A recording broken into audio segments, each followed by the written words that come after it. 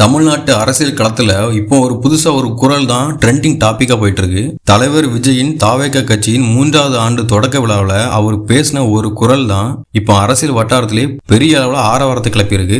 அந்த குரல் என்னன்னு தெரியுமா? அநீதி, அராஜகம், தில்லுமுள்ளு இவையெல்லாம் திமுக முதற்றே உலகு. இது பாக்குறதுக்கு 2 வரி மாதிரி தான் இருக்கும். ஆனா அதுல இருக்கிற அர்த்தம் வந்து ரொம்ப பெருசு.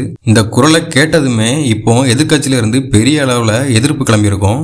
ஆனா தலைவர் விஜய்க்கு ஆதரவானவங்க எல்லாம் விண்ணை முற்ற அளவுக்கு கைத்தட்டல் போட்டாங்க. அந்த அரங்கத்துல தலைவர் விஜய் பேசின இந்த குரலை அரசியல் விமர்சகர்கள் எப்படி பாக்குறாங்கன்னா, விஜய் இப்போ சினிமா டயலாக் ஒன்னும் பேசல, நேரடியா அரசியல் தாக்குதல்ல இறங்கியிருக்காரு அப்படின்னு பேசிக்கிறாங்க. மக்கள் மத்தியில இது தைரியமான விமர்சனம் அப்படின்னு சொல்றாங்க. எதிர்கட்சியில இருந்து இது எல்லை மீறிய குற்றச்சாட்டு அப்படின்னு பேசிக்கிறாங்க.